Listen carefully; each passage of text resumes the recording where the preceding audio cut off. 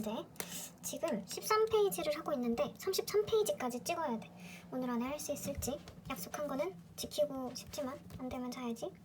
6번 문제 보도록 하겠습니다. 건조, 농축 등의 감화법을 이용하는데 감화법이 상하법 두 가지로 체크할게요. 상하법보다 좋은 이유를 설명하세요. 감화법 약간 줄인다 압력을. 얘는 그냥 뭐 상온 같은 느낌으로 상하법인 것 같은데 한번 보도록 하겠습니다. 감화법을 이용하면 건조 속도가 빨라진대요.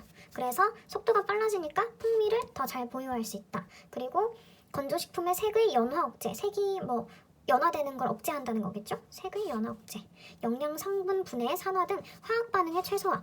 좋은 건 다 갖다 붙였네. 2차 오염 없는 위생적인 제품. 감압하는 방법은 상온에서 감압 건조하는 것과 진공 상태, 상온 감압, 진공 동결 건조 방법 두 가지가 있습니다. 그렇다면 11번 그 다음 문제로 한번 넘어가 볼게요. 인스턴트 커피에서 맛과 향을 최대로 보존할 수 있는 건조 방법. 건조 방법에서 가장 좋은 거는 진공 동결 건조 방법입니다. 그래서 인스턴트 커피는 주로 로부스타종의 원두를 사용해 제조한다. 이 앞에 말은 사실 뭐 중요하지 않아요. 로부스타는 마일드한 커피로 향이 다소 적다. 인스턴트 커피에는 두 가지. 왜 이렇게 쓸데기 없는 말 많이 썼지? 요거는 사실 쓸데기 없는 말. 밑에 맛과 향을 최대로 보존할 수 있는 건조 방법을 물었으니까 사실 요거 하나만 적어주면 됩니다. 동결 건조식. 요 밑에 좀 쓸데기 없는 커피 믹스를 맛있게 타는 법은 회사 들어가서 요새 믹스 커피가 잘 나와서 몰라도 됩니다. 요 밑에 거 보면서 한번 아이고 왜 이렇게 수평이 안 맞지? 보도록 하겠습니다. 밑에랑 약간 다 비슷한 문제인 것 같은데 인스턴트 커피의 가공 방법 중에 향미가 잘 보존되는 법, 빠르고 가격이 싼 건조법. 아까는 동결 건조식만 물었는데 지금은 두 가지 다 묻고 있어서 두 가지 말하도록 하겠습니다. 동결 건조법. 향미의 손실이 적고 맛이 좋다. 하지만 비싸다. 맞는 말. 분무 건조법은 건조 컨베이어 벨트 같은 게 있으면 칙칙해가지고 그 표면적을 넓혀서 분무해서 건조하는 건데 이렇게 되면 향미의 손실이 많아요. 그래서 그 커피 종류가 사실은 향을 느끼는 사람들이 많잖아요. 그래서 그런 걸 잘 보존해야 되는데 그래서 커피의 뭐 어느 거나 다 비슷하겠지만 그런 커피나 향미를 좀 보존해야 되는 것들은 동결 건조법이 맞습니다. 그래서 동결 건조는 손실이 적고 맛이 좋고 비싸다. 분무 건조는 이와 반대로 증발되는 원리를 이용하여 열풍으로 건조한다. 열풍으로 건조하기 때문에 향미의 손실이 큽니다. 밑에도 비슷한 문제라서 한번 보겠습니다. 인스턴트 커피는 추출 공정 다음 건조 공정을 거치는데 커피의 맛과 향을 잘 보존하는 건조법은 아까 동결 건조법 똑같이 나오고 있습니다. 동결, 감압, 건조. 뭐 진공 동결 건조도 되고요. 비슷한 말입니다. 다. 감압파에는 물의 비등점이 낮아져서 낮은 온도에서도 식품 중의 수분이 건조하여 풍미가 좋고 용해하기 쉬운 다공질의 과립성 제품이 된다. 여기서 키워드는 감압파에서 비등점이 낮아진다. 보일링 포인트, 끓는 점? 뭐라지? 보일링 포인트를? 끓는 점 맞는 것 같은데 이게 낮아져서 낮은 온도에서 건조되기 때문에 풍미가 좋고 용해하기 쉬운 다공질의 과립성 제품이 된다. 요거는 밑에 물의 상평형도로 다시 보도록 하겠습니다. 어떤 식으로 문제가 나오냐. 동결 건조를 이게 이 앞에 문제 다 섞어놓은 느낌의 한 문제라고 보시면 돼요. 요거 하나만 제대로 외워도 이렇게 될 것 같아요. 동결 건조를 물의 상평형도로 설명하고 장점과 단점 두 가지를 써세요. 원리는 원료를 동결한 다음 용기의 압력을 0.006 기압 이거 필요 없고 용기의 압력을 낮은 진공 상태에서 얼음을 승화시켜서 얼음이 바로 수증기로 되는 거야. 승화시켜서 건조하는 방법을 동결 건조라고 합니다. 물질의 온도를 일정하게 유지하면서 압력의 변화를 통해서 상태 사이에서 상태 변화가 일어나게 한다. 온도를 변화시켜 가면서 같은 과정을 되풀이하면 그 물질의 상평형 그래프를 얻을 수 있다. 이게 너무 어려운 말이니까 표를 보면서 이해해 보도록 하겠습니다. 장점과 단점이 있는데 장점은 모양과 크기의 원래 상태를 유지할 수 있다. 가용 성분의 이동, 수축, 표면경화 현상이 일어나지 않으며 열에 의한 손상도 최소화가 된다. 보관성이 좋고 휘발성, 향기 성분이 다량 유지된다. 하지만 단점은 장비가 비싸다. 높은 에너지를 이용해야 한다. 그리고 공정 시간이 길어진다. 여기에 단점입니다. 자, 쉽게 이해하고자 물의 상평형 곡선을 보고 제가 그림으로 말하도록 하겠습니다. 요거를 이해하는 게 좀 더 편해요. 이렇게 그려야 되나? 이렇게 그래프를 그릴 건데 물의 상평형 곡선에서 여기가 압력, 여기가 온도입니다. 그래서 어떻게 그리지? 이렇게, 이렇게, 뭐 이렇게 해서 여기는 고체, 여기는 액체, 여기가 기체 이렇게 되는데, 예를 들면 압력이 여기가 뭐 1기압 정도 된다고 치면 우리 기압은 똑같잖아요. 이렇게 보면 온도가 변함에 따라서 요 온도 지금 이렇게 증가하고 있죠? 요름에 따라서 고체였다가 요게 액체로 변하고 그 다음에 기체로 변해요. 근데 아까 설명한 이제 지금 팩을 하고 있어가지고 얼굴이 말이 잘 안 나오네. 압력을 줄인다, 감압을 하게 된다면, 만약에 여기 압력으로 줄여볼게요. 요렇게 직선을 그어보면 고체에서 조금만 온도를 변화해도 바로 기체가 되는 거야. 그래서 액체로서 이렇게 가지 않고 이렇게 다이렉트로 가겠죠. 그러면서 뭐 향미나 뭐 색이나 이런 게 다 보존, 향미가 색이랑 똑같은 건가? 이런 게 다 보존이 된다고 생각하면 됩니다. 이렇게 쉽게 이해하면 아까 그 문제도 다시 이해할 수 있겠죠. 다시 다음 문제로 돌아와서, 그럼 동결건조 기기에서 중요한 파트 3가지를 말하세요 하면 온도를 올려주는 가열장치, 그 다음에 응축기, 그 다음에 진공장치, 이렇게 3가지가 중요합니다. 동결건조기기. 다른 문제네요. 이제 지옥의 온도가 20도이고 자연 대류 상태인 냉각실의 온도가 마이너스 20도라고 가정한다. 이때 동결 속도를 수정한 후 지옥의 온도가 마이너스 20도씨에서 자연 대류 상태인 해동실에서, 문제가 너무 길다. 보자. 해동 속도를 측정하였더니 동결 속도보다 상당히 느리다는 것을 알 수 있었다. 동일한 외부 환경 조건에서도 이 속도의 차이가 나는 이유가 무엇인가? 요 밑에 말 너무 어렵지 않나? 요거 말고 요거는 그냥 읽고 넘어가 보도록 하겠습니다. 해동은 동결의 역현상이다. 온도의 상승이 늦어지는 것은 가온시키는 열량의 대부분이 빈결정을 녹이는 융해점열, 키워드 한번 잡아야겠다. 융해점열로 사용되기 때문에 온도의 상승에 작용하는 열량은 적어지기 때문이다. 동결 어육의 열전도율이 동결하지 않은 어육의 그것보다 높기 때문에, 말이 너무 이상해. 밑에 게 훨씬 더 나은 것 같아.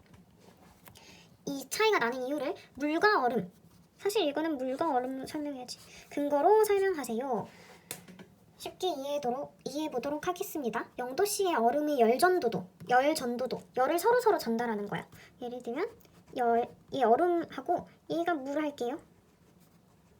그럼 열을 전달하는 열전도도와 열 확산도는 물보다 몇 배 빠르다. 그러면 같은 이런 게 있어도 얘네들의 뭐 단압력이 더 크다고 보면 됩니다. 그래서 움직이지 못하는 0도씨의 물보다는 얼음 상태 열전도를 빠르게 할 수 있는 입슴으로 동결 속도는 해동 속도보다 빠르다.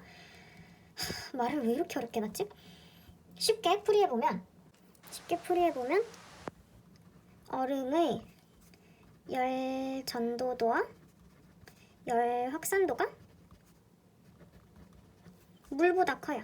그래서 동결할 때는, 그러니까 얼릴 때는 물이 엄청 많지만 얼음으로 변하는 과정이고, 요 해동 과정은 얼음에서 물로 변하는 거야. 그래서 전달력이 뭐 초반에는 얘가 조금 더 빠를지 몰라도 계속적으로 가다 보면 얘가 얼음이 더 많아져서 얘가 더 빨라요. 그래서 동결 속도가 더 빠르다.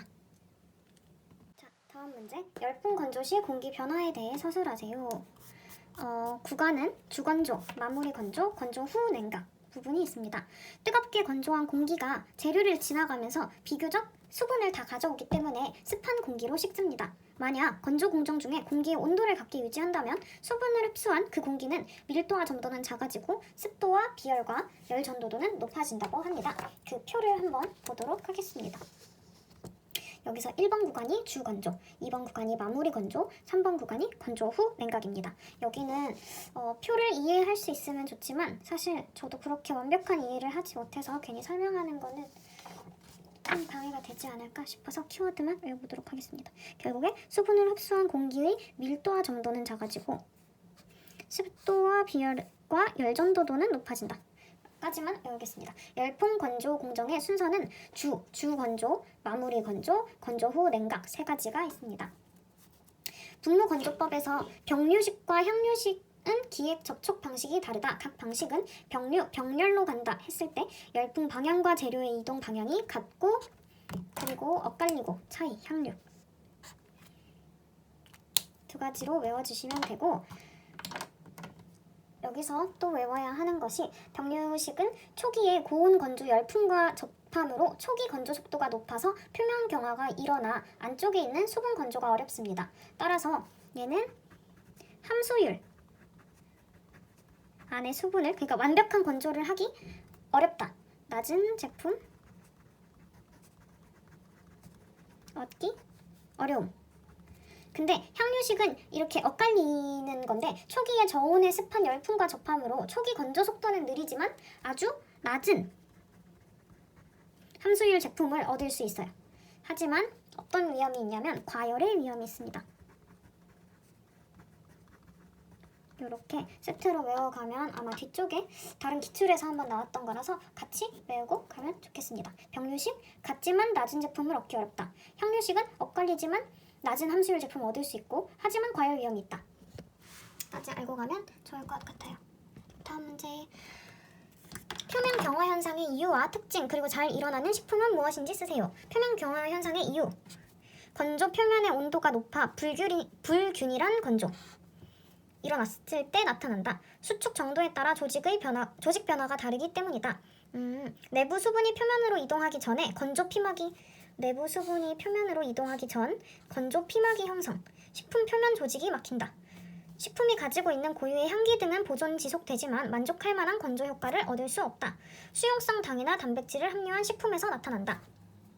요게 무슨 말이냐면 건조가 됐을 때 이 동그란 거를 예시로 보겠습니다. 여기서 막 표면에서 건조가 일어나요. 그러면 안쪽까지 잘 말린 건조가 되려면 안쪽에 있는 수분도 계속해서 밖으로 이동을 해서 같이 건조가 되어야지 이게 동일하게 건조 효과를 얻을 수 있지만 만약에 겉표면이 너무 빠르게 불균일하게 건조 표면의 온도가 너무 이제 차이가 나서 불균일한 건조가 일어났을 때 요게 딱딱한 피막을 형성하게 돼요. 그럼 안쪽의 수분은 그대로 차 있는데 바깥쪽은 지금 피막이 형성돼서 수분이 이동해도 이게 건조가 안 되는 현상이 일어나는 거거든요. 이거를 표면 경화 현상이라고 합니다. 이런 거는 당이나 단백질을 함유한 식품에서 많이 일어난다고 합니다. 그리고 시럽의 두께를 결정하는 식품 물성치의 특성은 저도 몰라서 그냥 외웠으니까 같이 키워드 보고 넘어가 볼까요? 항복 응력에 의해 결정됨. 유체가 수직 표면상에서 중력에 의하여 흘러내리다가 피막의 양이 점점 간소하면서 그 무게와 항복 응력이 같아지는 지점에서 흐름이 중단되어 피막 두께가 고정된다. 원래는 계속 이렇게 크게 흘렀다가 왜 우리 뭐 이렇게 볼 때 이렇게 하는 거 있잖아요. 요런 두께를 결정하는 항복 응력, 중력 이렇게 이어지는 것 같아요. 저 잘 몰라서 외웠어요. 통에 담긴 케첩을 흔들어 한번 배출시킨 후에 케첩의 배출이 그전보다 수월하게 되는데 이에 관련된 케첩의 물성 특성을 설명하세요. 어렵다. 응력을 가하면 연속적인 구조의 파괴나 재배열로 흐름에 대한 저항이 시간의 흐름에 따라 감소한다. 뇌절 왔어 잠깐. 응력을 가하면 연속적인 구조의 파괴나 재배열로 흐름에 따라 이거는 다른 데 한번 더 찾아봐야겠다. 뭔 말인지 하나도 못 알아듣겠네.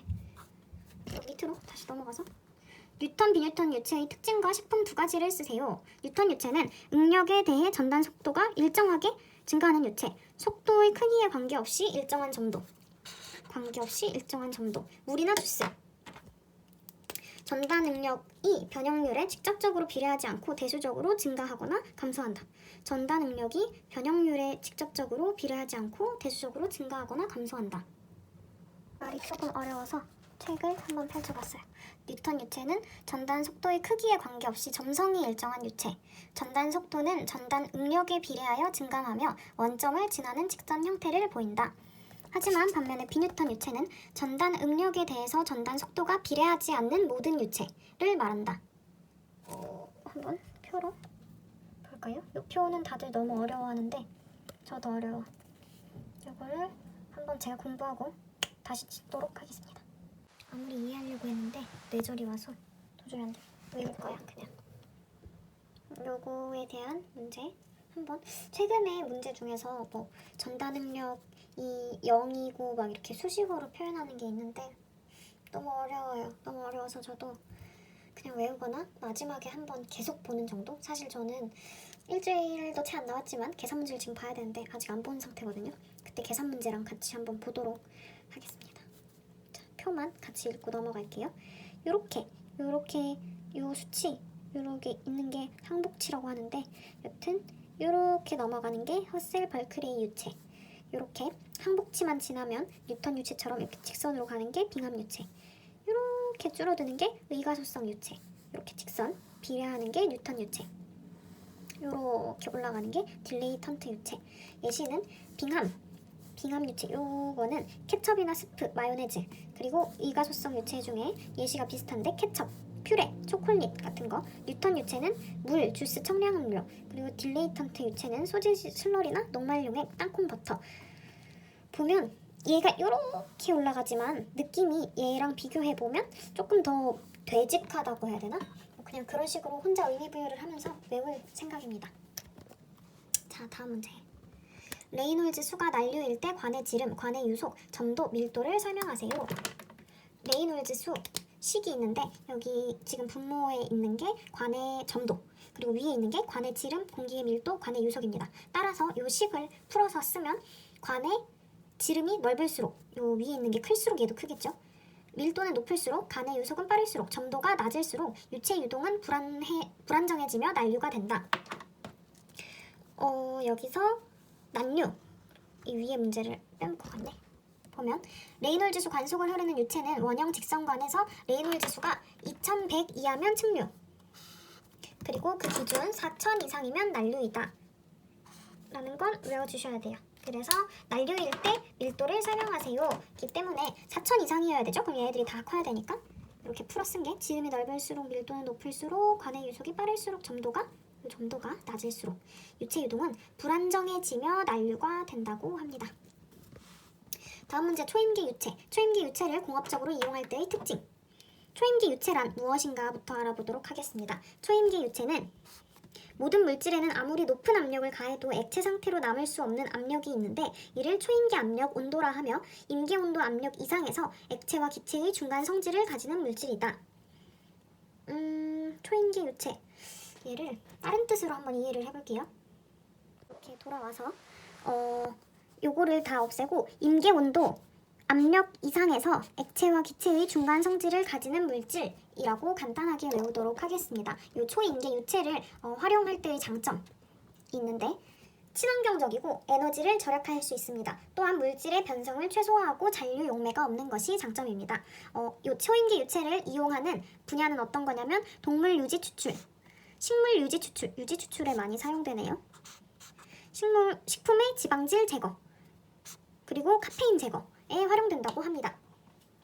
그러면 초임계 유체가 추출 분리법보다 좋은 이유 두 가지를 적으세요. 아까 위에서 본 친환경적 에너지 절약, 물질의 변성을 최소화한다, 잔류 용매가 없고 하지만 비싸다. 이렇게 다 외워주면 될 것 같습니다. 자, 다음 장. 방사선 조사 시 저장이나 위생면에서의 효과를 적으세요. 처리 과정에서 온도 상승이 거의 없다. 생냉동 상태로 처리가 가능하다. 완전 포장 상태로 포장 내에 있는 결론은 포장 상태에서도 방사선 조사를 할 수 있다는 뜻입니다. 방사선 조사 목적 3가지와 조사 도안을 그리세요. 도안은 요거 이대로 외우면 되고 얘의 목적은 발화 억제, 해충 제거, 그리고 속도 지연. 요렇게 발화 억제, 해충 제거, 속도 지연 해주면 되고 나머지는 뭐 보존성, 식중독 억제는 추가적으로 외우시면 될 것 같습니다. 요 그림 꼭 외워주시고요. 7번. 식품 공전상 감자, 양파의 발화 억제 등을 위해 실시하는 방사선 조사 기준을 쓰세요.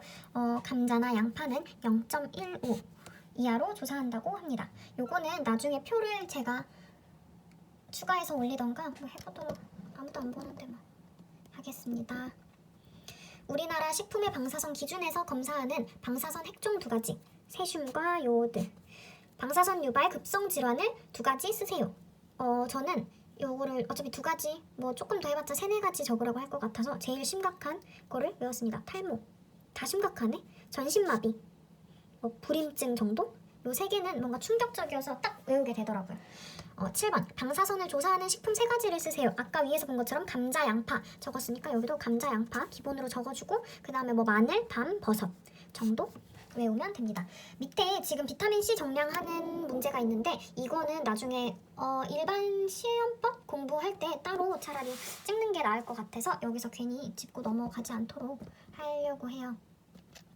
좀 쉬운 거 위주로 하고 사실 이 34페이지의 이 문제를 다 푼 후에 저는 뭐까지 할 거냐면 이거 보여줘야겠다. 총칙에 관한 요거 정리해 놓은 것도 같이 리뷰해보고 싶어서 이때 일반 시험법에 들어가서 좀 어려운 것들 뭐 속슬랩 이런 시험법은 거기서 다시 리뷰를 하는 게 맞는 것 같아요. 그래서 지금은 쉽고 기출에 나오는 것만 빠르게 하도록 하겠습니다. 자, 다음 시간이 급니다. 미생물 증식 곡선 그래프를 그리고 각 해당하는 시기를 구분하여 적으세요. 요거는 그냥 요렇게 해가지고 요 약간 이렇게 평지 있는 것처럼 이렇게 그냥 그려서 창 이렇게 4개 하면 될 것 같아요. 요게 균수 밑에는 시간. 첫 번째 구간은 유도기. 밑으로 좀 내릴게요. 유도기라고 합니다. 그래서 이 균들이 새로운 환경에 적응하는 기간. 균수의 증가가 거의 없는 단계라고 보면 됩니다. 대수기는 증식 및 성장이 대수적으로 증가하는 시기입니다. 정상기는 생육 환경이 한계인 단계로 증식과 사멸이 동시에 이루어져서 수가 일정하다고 보면 됩니다. 그리고 사멸기는 생균수가 감소해지는 시기입니다. 자가 소화로 인해 사멸되는 세포의 수가 증가하는 구간입니다. 밑에서 한 번 더 보고 이건 등온흡습 곡선이네. 그럼 이렇게 한 번만 더 보고 유도기, 대수기, 정지기, 사멸기. 새로운 환경에 적응하는 기간, 균수의 증가가 거의 없는 단계고 대수기, 그리고 정지기, 그 다음에 사멸기. 이거를 좀 더 구체적으로 볼 필요가 있는 것 같아요. 너무 쉽게만 돼 있어서 책을 한번 펼쳤습니다. 유도기는 세균이 아까 적응하는 기간이라고 했죠. 적응하는 데 필요한 기간인데 이때 세포가 각종 효소 단백질을 합성하는 시기입니다. 너무 구체적으로 들어가는 것도 별로지만 한번 읽으면서 그냥 넘어가는 것도 좋을 것 같아서 한번 가지고 와봤어요. 세포 내 RNA가 증가하는 기간. 대수기는 미생물의 균수가 대수적으로 증가하는 시기로 세포의 수가 급격하게 증가하는 구간입니다. 세대 시간이 가장 짧고 일정합니다. 그리고 생리활성이 가장 활발한 시기입니다. 그래서 물리화학적 처리에 대한 감수성이 예민한 시기예요. 그리고 정지기, 성장이 멈춰지는 시기이고 세포수는 이 정지기에서 최대입니다. 전체적인 생존 균수가 일정하게 유지되는 시기라고 보면 됩니다. 사멸기는 생균수가 감소하는 시기. 세포가 사멸하는 원인은 미생물의 증식이 정지하면서 효소가 세포벽을 분해하여 세포 구조를 파괴하게 되어서 사멸한다고 합니다. 다음 문제도 자주 나오는 등온 흡습 곡선입니다. 등온 흡습 곡선의 정의를 쓰고 가로축과 세로축의 의미를 표시해서 그래프를 그리세요 라고 나와 있습니다. 등온 흡습 곡선은 상대 습도와 식품의 수분 함량과의 관계를 나타낸 그래프입니다. 식품이 물을 흡수할 때와 방출할 때의 곡선, 식품에 따라 다소 차이는 있지만 느린 S자형 곡선으로 나타낸다고 합니다. 그래프를 한번 보도록 하겠습니다. 이렇게 진행되는데 탈습 곡선이 항상 위에 있습니다. 이렇게 탈습, 그리고 이 밑에 흡습. 크게 지금 세 구간으로 나눠놨는데 세 구간을 한번 보도록 하겠습니다. 단분자층, 요 아까 첫 번째 구간이죠. 식품 수분 함량이 5에서 10%라고 합니다. 단분자 막 형성을 하고 식품 성분 중 칼복식이나 아미노기와 같은 이온 그룹과 강한 이온 결합하는 영역으로 물분자가 결합수로 존재합니다. 물분자가 어딨지? 물분자가 결합수로 존재하는 공간. 광선 조사에 의한 지방질 산패가 심한 구간입니다. B. 다분자층 영역입니다. 물분자들이 복수 분자막을 형성하는 구간입니다. 식품 안정성의 최적 수분 함량이고 안정성의 제일 안정성의 최적 수분 함량. 수분은 결합수로 존재하나 이온 결합보다는 수소 결합에 의해 결합이 유지된다고 합니다. 모세관 응고 영역. 다공질 구조 주로 자유수로 존재하는 구간이고 모세관에 수분이 자유로이 응결되며 용매로서 작용, 화학, 효소 반응 촉진, 미생물의 증식이 활발한 구간. 그래프를 보고 설명을 해보도록 하겠습니다.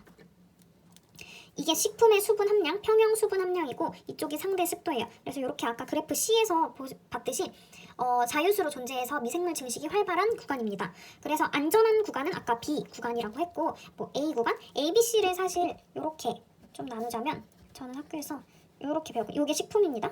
그러면 여기는 수분층이 약간 이런 식으로 쌓여있고 B 구간 가면 이렇게 촘촘하게 되어 있는, 그래서 뭐가 들어오려고 해도 얘네가 좀 막고 있어서 여기가 좀 안전한 구간이라고 배웠어요. C 이제 너무 많을 때는 막 수분이 이렇게 쌓여있어요.